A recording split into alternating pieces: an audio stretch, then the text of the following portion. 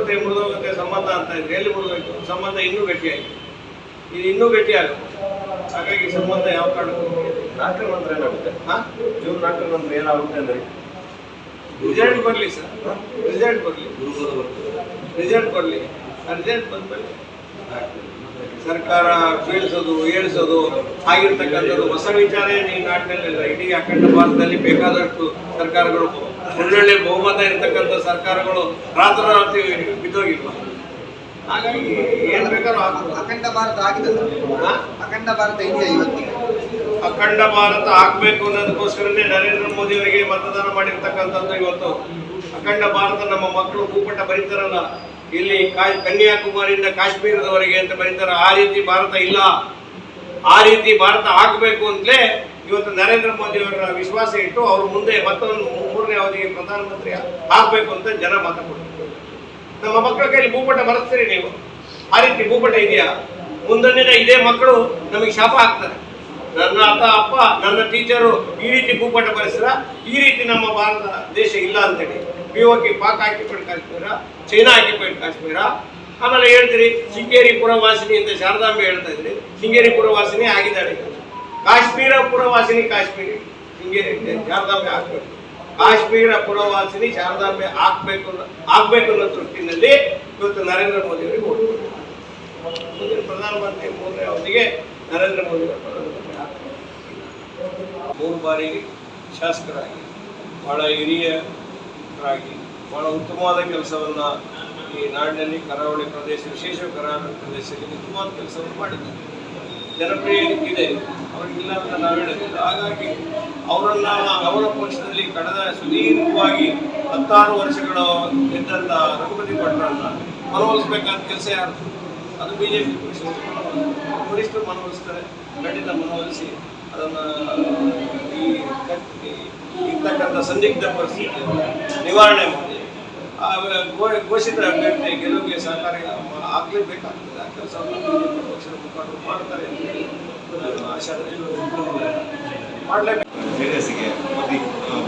Sir, ಈಗ ಯಾವುದೇ ವಿಚಾರ ಆ ಪೆನ್ ಡ್ರೈವ್ ಪ್ರಕರಣ ಬೇಕಾದಷ್ಟು ಪ್ರಕರಣಗಳಾಗ್ತದೆ.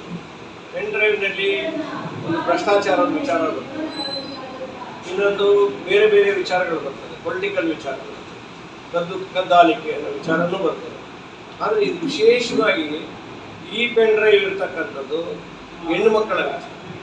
ಈ ಹೆಣ್ಣು ಮಕ್ಕಳ ವಿಚಾರವನ್ನು ಯಾವುದೇ ಸಂದರ್ಭದಲ್ಲಿ ಇಂಥ ಒಂದು ವಿಚಾರಗಳು ಬಂದಾಗ ಅದನ್ನು ಗೌಪ್ಯವಾಗಿ ಇಡಬೇಕಾದಂಥ ಕೆಲಸ ಪ್ರತಿಯೊಬ್ಬ ನಾಗರಿಕನ ಕರ್ತವ್ಯ, ಧರ್ಮ ಕೂಡ. ಹಾಗಾಗಿ ಆ ಕೆಲಸವನ್ನು ರಾಜಕಾರಣಿಗಳಿರ್ಬೋದು, ಬೇರೆ ಯಾರೇ ಇರ್ಬೋದು, ಪ್ರತಿಯೊಬ್ಬ ಕಟ್ಟಕಡೆಯ ಮನುಷ್ಯನು ಕೂಡ ಅಂಥ ವಿಚಾರಗಳನ್ನು ಗೌಪ್ಯವಾಗಿಟ್ಟು ಯಾವ ಏಜೆನ್ಸಿ ಅದು ಸಂಬಂಧಪಟ್ಟಂಥ ಏಜೆನ್ಸಿ ಬೇಕಾದಷ್ಟಿದೆ. ಪೊಲೀಸ್ ಸ್ಟೇಷನ್ ಇರ್ಬೋದು, ಕೋರ್ಟ್ಗಳಿರ್ಬೋದು, ಬೇರೆ ಬೇರೆ COD, CID ಇದೆಲ್ಲ ಇರ್ಬೋದು, ಅಥವಾ ಸರ್ಕಾರನೇ ಇರ್ತದೆ.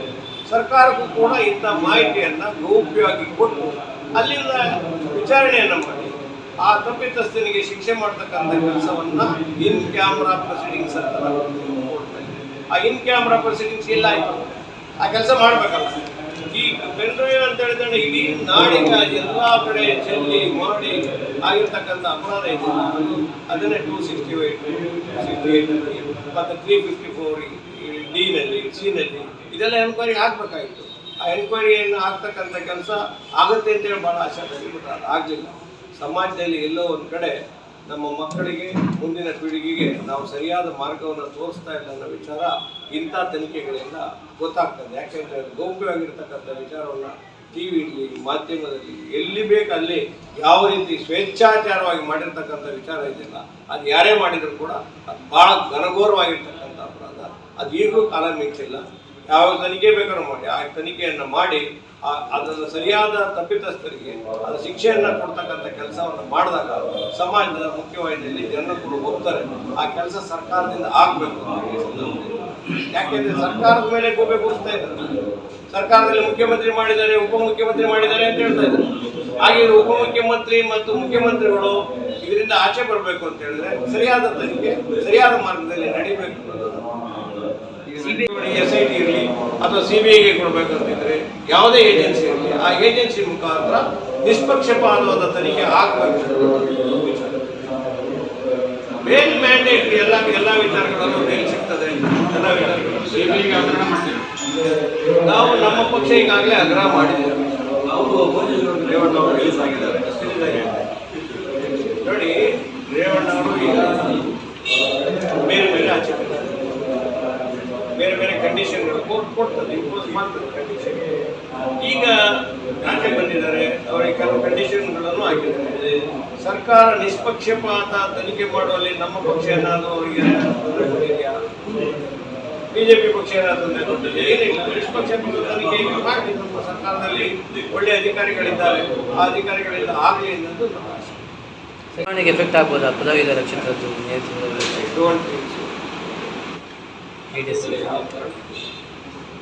ನೋಡಿ, ಅದು ಯಾರು ಒಬ್ಬರು ಇಂಡಿವಿಜುವಲ್ ಆಗಿ ಮಾಡಿರ್ತಕ್ಕಂಥ ಸಂದರ್ಭದಲ್ಲಿ ಆ ಇಂಡಿವಿಜುವಲ್ ಆಗಿ ಅವರು ಎಷ್ಟು ಮಟ್ಟಿಗೆ ಸರಿ ಇದ್ದಾರೆ, ಎಷ್ಟು ಮಟ್ಟಿಗೆ ತಪ್ಪಿಸಿದ್ದಾರೆ ಅಂದರೆ ತನಿಖೆ ಆದ ನಂತರ ಗೊತ್ತಾಗ್ತದೆ.